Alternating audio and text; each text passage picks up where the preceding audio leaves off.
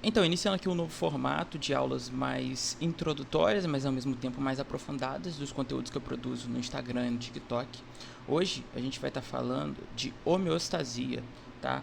Então, basicamente a gente está testando, né? Isso aqui é um teste, a gente está fazendo o primeiro vídeo em relação a aulas online, né? Então a gente vai estar mostrando aqui em relação ao conceito de homeostasia e já dar introduções também para transporte de membrana, seguindo, claro, uma linha metodológica e teórica voltada para a fisiologia. E assim, entendendo a fisiologia, a gente vai começar a partir para alguns vídeos também de farmacologia mais aprofundada. Então, para a gente iniciar a aula de hoje, primeiro, ainda estou montando uma boa estrutura para a gente ter uma boa aula. No entanto, eu acredito que a de hoje vai suprir, mas em breve, por exemplo, uma nova webcam, quem sabe, para melhorar a qualidade da aula, tá? Então, antes de começar essa aula, eu sempre dou algumas informações. Primeiro, recomendo algumas literaturas, como por exemplo Guyton, Silverthorne, o Goodman, Gilman, principalmente por outro tópico que a gente pode abordar mais para frente, e também o Boron, que é de fisiologia. E nessa aula de hoje é uma aula bem tranquila, muitos alunos gostam dessa aula, porque são conceitos mais básicos, mas que são necessários para a gente juntar, sintetizar o pensamento em fisiologia, principalmente porque eles são básicos. Então você vai ter que saber isso em fisiologia, em farmacologia, em imunologia, tá? Então para aplicar diretamente isso na graduação. Então, para como que eu estudo, primeiro, né? Como que eu estudo fisiologia? Minha câmera está na frente aqui, deixa eu botar para baixo. Como que eu estudo fisiologia? Primeiro, eu tenho que ter um conhecimento básico de anatomia, isso é óbvio, tá? Outra coisa, hierarquização dos conceitos. Tem conceitos, como a aula de hoje, que são mais básicos em fisiologia, e tem conceitos que vão ser mais avançados e vão necessitar de conceitos básicos para serem aplicados. Então você tem que ter essa noção. Então, hierarquizar o conceito, colocar ele em uma ordem de nível, tá? E além disso, alinhar o teórico ao prático. De que forma? Sempre utilizar o porquê isso acontece. Se eu estou aqui agora, por exemplo, no sol, por que eu estou suando? Por que eu estou perdendo, estou liberando, né, calor no ambiente em forma de vapor? Justamente para que eu não retenha este calor, porque isso pode ser danoso ao meu corpo a níveis, né, fisiológicos. E aí a gente já faz uma introdução para essa aula de homeostasia, tá? Outra coisa, quando eu estou no frio, no ar-condicionado, por que eu tremo? Por que eu produzo calor? Justamente porque também as temperaturas elas têm faixas e aí a gente não tem níveis fisiológicos, né? A gente tem que respeitar os níveis fisiológicos. Então, basicamente seria isso. E aí, primeiro, a gente tem aqui trazendo a diferença entre saúde e homeostasia fisiológica, se são a mesma coisa ou não. E não são, né? Porque homeostasia fisiológica, o conceito de homeostasia se volta para a manutenção de condições quase constantes no meio interno. Essas condições quase constantes no meio interno dependem bastante do ambiente que a gente está inserido, né? Então, por exemplo, eu estou numa aula agora de fisiologia dentro da sala de aula, o exemplo que eu sempre gosto de dar, eu estou dentro da sala de aula, numa aula de fisiologia, e aí eu estou no ar-condicionado, e aí eu sinto frio, mas aí eu saio dessa aula, e agora eu estou sentindo calor. O meu corpo, homeostaticamente, ele tende a se adaptar a esses ambientes, e é interessante que ele se adapte, a não ser que eu tenha alguma outra coisa, alguma outra condição, como por exemplo a febre, que você não tem a sensibilidade ao calor ali por conta de inflamação, né, a resposta inflamatória da febre. Agora, a saúde, ela é diferente do conceito de homeostasia fisiológica, porque a homeostasia seria, entre aspas, muitas aspas, né, o equilíbrio do meio interno em relação ao meio externo. Mas a saúde, você pode, por exemplo, pegar Covid. Você está com Covid, você está homeostático, você está fisiologicamente homeostático, mas você ainda não está saudável porque você está doente, infectado. Então, a relação da saúde é diferente da homeostasia, tá? Que a homeostasia é uma condição. Então, basicamente, a relação da homeostasia, ela se relaciona com esses sistemas e sentidos, né? O sentido somático especial, que é voltado para a visão, para a audição, para equilíbrio, para a olfação e para a gustação, que são conceitos em neurofisiologia que também são pré-definidos, com processos pré-definidos, tá? Sentido somático geral como tato, temperatura, dor e propriocepção, tá? A propriocepção sendo a capacidade de você saber a posição que você está sem que você precise pensar nessa posição, né? E também o sentido visceral, que está ligado aos órgãos, de você sentir os órgãos, tá? Ah, meu coração está batendo muito forte. Isso seria sentido visceral, você sentir que o coração está demasiadamente forte. E aí a relação da homeostasia com o controle do corpo é diretamente relacionada com a atuação de dois sistemas, sistema nervoso e sistema endócrino.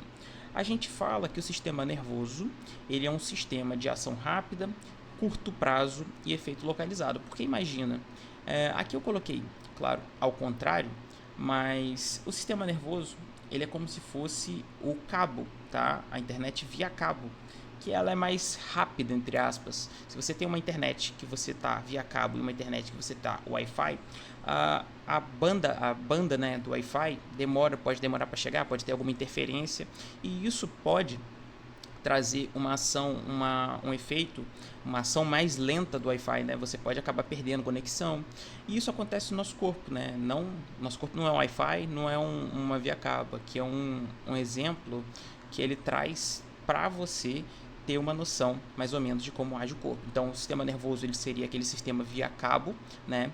Que os neurônios eles saem daqui do sistema nervoso central e vão, né, para o sistema nervoso periférico e agem diretamente nos órgãos-alvo, ou algumas aferências chegam, né, no sistema nervoso central.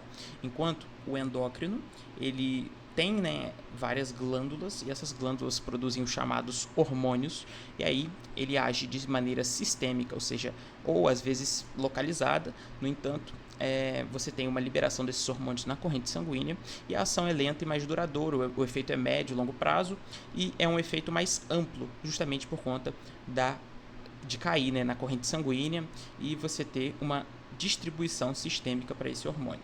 E aí, exemplos aqui, a gente tem um principal exemplo, o sistema nervoso autônomo, né, que ele compete a nervos simpáticos, parasimpáticos. Esses nervos chegam em órgãos, chegam no coração, chegam no pulmão, e ao chegar lá, eles vão fazer determinada ação. Isso é importante a gente já começar a entender. Enquanto o sistema endócrino, você vai ter a liberação mediante um estímulo do hormônio na corrente sanguínea, e esse hormônio vai chegar em algum lugar que ele vai ter especificidade para se ligar, e ao chegar nesse lugar, ele vai fazer a ação, né, seja por uma proteína GI, GQ, GS, enfim. E aí, essas proteínas é importante também dar uma estudada em cima. E aí, lembrando que esses sistemas eles trabalham de maneira integrada, né? Eles não trabalham de maneira segregada, eles se integram. Quando o sistema nervoso está fazendo sua ação mais rápida, o sistema endócrino está fazendo a manutenção dessa ação do sistema nervoso. Como, por exemplo, a noradrenalina e a adrenalina. A adrenalina ali produzida principalmente na glândula suprarrenal e a noradrenalina liberada, né, pelos gânglios terminais simpáticos. Então, basicamente, o nosso corpo ele se comunica por meio de feedbacks. O que são feedbacks? Feedbacks são respostas, tá? Então, você tem feedbacks positivos e feedbacks negativos. Então, eu vou te dar um feedback hoje, tá? Por exemplo, a gente tem aqui um feedback que é muito comum, que é esse exemplo que eu gosto de usar, em relação a gravidez, tá? Um exemplo bem lúdico. Enviar sinais, aferências lá para a hipófise e vão fazer com que você aumente a sua produção de ocitocina. E a ocitocina é justamente o hormônio que faz, além da ejeção, a reflexa de leite, ele faz também aqui, ó, contrações uterinas. E aí durante o parto principalmente normal, você vai ter as contrações uterinas induzidas por ocitocina. Por isso que muitas vezes quando o bebê está com uma dificuldade maior, o parto está com uma dificuldade maior, você induz com ocitocina exógena, ajudando um pouco esse corpo, tá? Mas vamos supor aqui no exemplo bem lúdico que esse bebê, ele, né, a mãe aqui começa a produzir ocitocina e essa produção de ocitocina não seja o suficiente para expulsar esse bebê da região aqui abdominal da mãe, né, pela região vaginal, enfim. Mas essa ocitocina, ela vai necessitar de um novo feedback E aí esse feedback é uma retroalimentação positiva, é uma alça de retroalimentação. Opa, estou precisando de mais ocitocina, então eu libero mais ocitocina. Estou precisando de mais ocitocina, libero mais ocitocina. Aí agora o feto, o bebê, ele nasce, tá? Aí ele nasceu, e aí o que acontece? Você tem um feedback negativo para essa hipófise, no caso, para aquela questão que envolvia, né, o bebê e o seu nascimento, a contração miuterina, né? E aí essa contração miuterina seria cessada, entre aspas, por conta do feedback negativo, já que o bebê já nasceu e você não precisa de uma alça de retroalimentação positiva, ou seja, um feedback positivo, uma resposta positiva, para continuar a liberação, a secreção de ocitocina ali na neurohipófise, tá? Então, o feedback são respostas, tá? Se eu não necessito mais daquele hormônio, eu tenho feedback negativo. E se eu necessito daquele hormônio ainda mais, eu tenho feedbacks positivos. O feedback positivo ele pode ser até um problema, que essa retroalimentação positiva pode vir a causar até algumas patologias.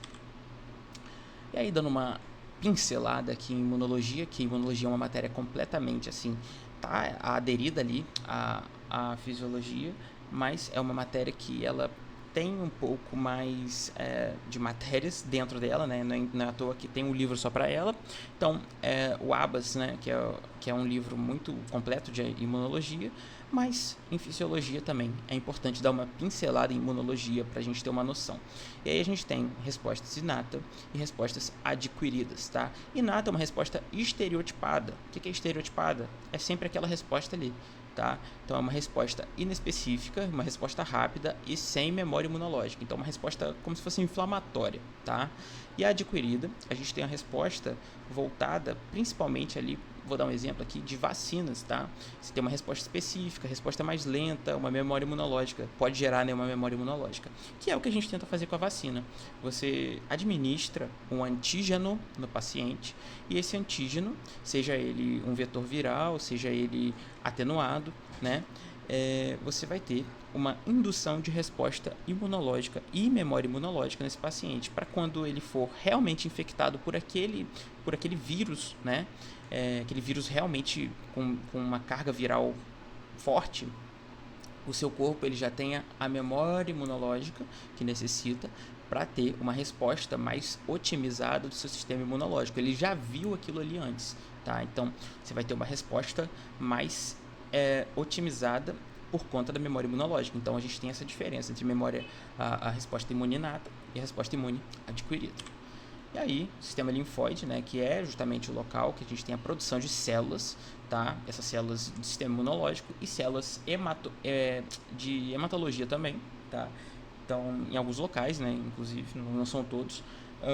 E aqui a gente tem, né, as placas de Peyer no estômago, no intestino, perdão, os linfonodos, mas o principal local são ossos longos, tá? Que a gente tem a medula óssea. A medula óssea está aqui, o fêmur, né? O principal osso, o maior osso do corpo humano.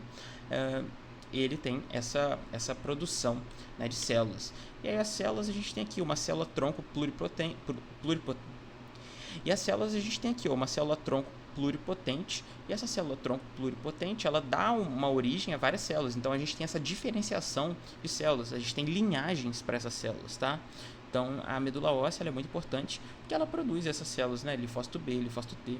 O linfócito T ligado ali a T killer, T helper, tá? O T killer vem para matar, o T helper vem para ajudar, entre aspas, né? Helper de ajuda. O linfócito B, que é um anticorpo, né? E daí a gente tem aqui, por exemplo, uma célula hematológica, tá? Uma lâmina hematológica, perdão. Aqui a gente tem hemácias, ó. E aqui a gente tem o linfócito, tá? Isso aqui é o linfócito. E aí, isso dá uma aula de hematologia muito boa, tá? É uma aula, uma matéria só para hematologia isso aqui. É importante, né, em relação aos linfócitos, a gente falar em algumas respostas não estereotipadas, mas em relação a, por exemplo, respostas a antígenos virais, você ter ali uma linfocitose associada a uma leucopenia, tá? Mas isso é matéria, isso é papo para outra coisa, tá? Leucopenia, baixa de leucócito, linfocitose é aumento de linfócito, tá? Mas é para outra coisa. E aí os tipos de anticorpos que a gente tem, ó, IgG, IgE, IgD, IgM e IgA, tá? Mas aqui a gente tem algumas coisas importantes. Por exemplo, o IgE ele está muito ligado à resposta do tipo 1, resposta imediata, resposta alérgica, ele está ligado a mastócito. Então o IgE ele está ligado a mastócito e o mastócito está ligado à produção de histamina. E a gente tem a produção de histamina. Se você tiver uma alta produção de histamina, você pode fazer, né, um choque anafilático. Então é importante essa relação. IgD é um receptor, o IgG e o IgM são, né, os principais ali, no quesito principalmente vacina, né? A gente tem IgG e IgM para tudo. E o IgA ele está mais presente ali na região do intestino, tá? Para fazer essa proteção ali naquela região, mas também está envolvido em outros processos. E agora partindo para a fisiologia dos transportes de membrana, que é importante para a gente entender lá na frente o potencial de ação, a bioeletrogênese, a gente vai ter as propriedades da bicamada fosfolipídica, modelo de Singer e Nicholson, né, da bioquímica, da citologia. Aí a gente tem a bicamada fosfolipídica, ela tendo propriedades diferenciais, tá? Essas propriedades diferenciais, elas estão ligadas ali ao tamanho da molécula, a solubilidade em lipídio ou alguns substratos que precisam de transporte ou energia. E a gente vai entender de que forma isso acontece. O tamanho da molécula, tá? O tamanho da molécula em relação a Dalton, né? É medido em Dalton. Você tem um tamanho de molécula ideal, né? Abaixo de um número específico, ideal, para que ele tenha uma facilidade maior de atravessar aquela membrana. Porque se for uma molécula muito grande, né, a gente vê isso em farmacologia, inclusive, se for uma molécula muito grande, como por exemplo a vancomicina. A vancomicina é um antibiótico, né, que você não consegue absorver ele no trato gastrointestinal, por exemplo, porque ele é uma molécula de peso molecular muito grande. E aí você não consegue, ele passa por todo o trato gastrointestinal e sai nas fezes. E aí ele tem duas indicações, né, do Clostridium difficile e da enterocolite enterocóxica, tá? Mas aqui a gente tem também a solubilidade em lipídio, que é importante, porque é uma bicamada fosfolipídica, tá? Então é necessário, né? É preferível que tenha essa solubilidade em lipídios, e alguns substratos eles precisarão de transportes ou energia, transportadores ou energia. Geralmente os transportadores, aí a gente tem, né, ali na frente eu vou falar em relação ao uso da energia por parte desses transportadores. A gente tem energias que tem transportadores que conseguem utilizar uma energia, e tem transportadores que precisam de uma energia secundária para liberar, né, para transportar esse substrato que quer ser transportado. E aí a gente tem que respeitar também a lei do gradiente de concentração. O que a lei do gradiente de concentração fala? Que o meio mais concentrado, ele tende, né, se você tiver uma membrana seletiva a determinado íon, tá, que é o que acontece principalmente ali sódio, potássio, tá, que eu vou explicar mais para frente em outra aula provavelmente, você vai ter uma maior permeabilidade seletiva de membrana, esse íon, e aí essa maior concentração de um lado, se você tiver essa seletividade, essa permeabilidade da membrana, você vai tender a passar para o outro meio, né? E isso vai ficar isotônico, tá? Então você tinha um meio que estava hipertônico e um meio hipotônico. E aí você passa esse soluto através dessa membrana, que o meio vai ficar isotônico, ou seja, equilibrado, tá? E isso é importante. E aqui a gente tem a barreira hematoencefálica. A barreira hematoencefálica basicamente é uma barreira justaposta, tá? Tá ali entre o vaso sanguíneo e a região do cérebro. E aí ele é uma barreira que, pelo nome dela, ela já diz o que ela faz, né? Ela é uma barreira, então ela não deixa que qualquer substância passe, tá? E aí, por exemplo, medicamentos precisam ser altamente lipossolúveis, ter um peso molecular adequado, né, para ultrapassar essa barreira e agir no cérebro. Então, medicamentos que você vê aí do sistema nervoso central, agindo no sistema nervoso central, geralmente eles são altamente lipossolúveis, né? Tem um peso molecular adequado, por exemplo, tiopental, tá? Então, é importante que a gente entenda em relação à barreira hematocefálica. E aí os transportes, tá? Os transportes passivo e ativo. A gente tem dois tipos de transporte. Qual a diferença principal entre o transporte passivo e o transporte ativo? Primeiro, o transporte passivo, ele não usa energia. O transporte ativo vai usar energia sempre, tá? E aí, a diferença, a gente ainda tem uma diferença dentro deles, tá? Difusão simples e difusão facilitada. A difusão simples vai passar entre a membrana ali, é permeável à membrana e vai passar. A difusão facilitada é necessário uma proteína transportadora de membrana, que não vai precisar de energia, tá? Como, por exemplo, a coporina. A coporina faz passar água, né? A coporina tem muito no rim, né? E aí faz passar essa água, mas não necessita energia. Então é importante que tenha essa proteína ali, tá? Então a gente tem difusão simples e difusão facilitada. Uma precisa de proteína de membrana, difusão facilitada, e difusão simples não precisa, consegue passar, tá? E no 2, a gente tem o transporte ativo. O transporte ativo, ele utiliza energia, tá? Então, você utilizando energia, você vai ter ali o transporte ativo primário e secundário. Lembrando que no 1, você vai respeitar uma lei de gradiente de concentração. No transporte ativo primário e secundário, geralmente você vai contra um gradiente de concentração. Por isso que você necessita dessa energia, tá? Então, o primário, ele consegue utilizar a própria energia. E o secundário, ele precisa de uma energia de algum outro íon ou alguma outra molécula ou substância para você passar, tá? Então, por exemplo, a gente tem transportadores ativos, como por exemplo aqui a bomba de sódio e potássio ATPase. Tem ATPase no nome, você já liga o alerta, tá? Quando tem ATPase, ATP é energia, adenosina trifosfato, ASE é quebra. Então, é um transportador que consegue quebrar a energia, tá? Quebrar a molécula de energia e pegar esse fosfato da ATP, tá? E aí fica o ADP lá, vai embora o ADP e fica o fosfato lá e dá energia para essa reação acontecer. E aí a bomba de sódio, potássio, ATPase, então, ela consegue quebrar o ATP aqui, ó, ADP mais energia, que é o fosfato, e aí você consegue fazer essa junção, né? Essa passagem do íon contra o gradiente de concentração. Enquanto que no secundário você vai precisar de algum outro íon, como por exemplo aqui o SGLT, tá? Que é um cotransportador de glicose. Você quer passar a glicose para o outro lado, mas a glicose não tem uma boa energia, né? Não vai ter uma carga ali que ajuda. Então você usa a carga do sódio, tá? Então você usa a moto aí, ó. Você usa a carga do sódio, tá? Então o sódio vai ajudar a glicose a passar por meio desse SGLT, tá? Uma coisa que pode acontecer em relação à saturação dos transportes, tá? Você tem muita glicose, por exemplo, comeu uma caixa de bombom, né? Ou você tem diabetes, tá?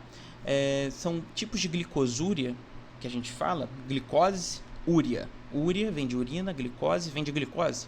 E aí a gente tem dois tipos de SGLT, né, que eu mostrei, os transportadores, cotransportadores de glicose e sódio, tá? E aí esses dois tipos de SGLT, você vai ter a passagem, o transporte dessa glicose por meio da membrana, tá? Mas se você come muito chocolate, comeu uma caixa de bombom, ou tá com diabetes, né, a glicose está alta no sangue, você vai precisar desse SGLT ali na membrana do rim, tá? Ele tá ali na membrana do rim, SGLT1 e SGLT2. No entanto, se você comer muito, você vai saturar esse transportador, ou seja, ele vai se cansar de transportar essa glicose. E aí deu ruim, né? Não deu ruim porque é um mecanismo fisiológico, sempre tendendo a manter o quê? A homeostasia, tá? Então a homeostasia ela sempre vai ser preservada. A não ser que você passe de homeostático para um estado patológico, né? Que aí vai ser uma disfunção na sua homeostasia, com cargas alostáticas, enfim. Mas aqui o SGLT ele vai ser saturado, né? O SGLT1 ele transporta cerca de 10% e o SGLT2 ele transporta cerca de 90%, né? E aí você vai ter uma saturação desses SGLT2 e a glicose, ao invés de ser reabsorvida no rim, ou seja, ser reabsorvida aqui, ó, no rim, ó, ele vai ficar na urina. E aí ao ficar na urina causa essa chamada glicosúria fisiológica, tá? Tem medicamentos que agem nesse SGLT bloqueando ele, pode causar uma glicosúria medicamentosa, né? Ou a própria diabetes, com excesso de glicose, satura o transportador e também causa uma glicosúria patológica, tá? E aí a osmose, né? A osmose é basicamente algo que se volta para o solvente. A lei do gradiente de concentração, a gente falou muito do soluto, né? Do que está ali solubilizado naquele solvente, mas aí a osmose se volta para o solvente. E aí o exemplo que a gente dá aqui é quando você bota sal no alface, né? O alface, depois de um tempo, ele vai murchar.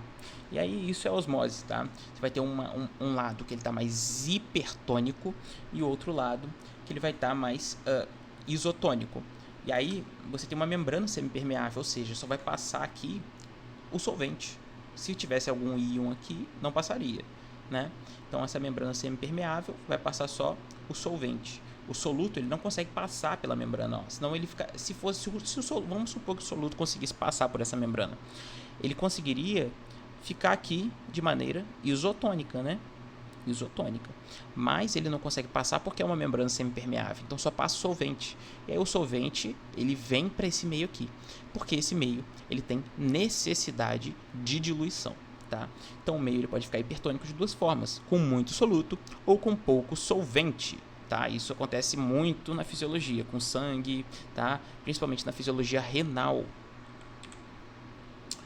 E aí a gente vem para a lei de difusão de Fick, né, aplicada à membrana, tá? Então a gente tem aqui uma área de superfície de membrana, o tamanho da molécula, a espessura da membrana, que são variáveis que impactam, né, na passagem da molécula através desta membrana, tá?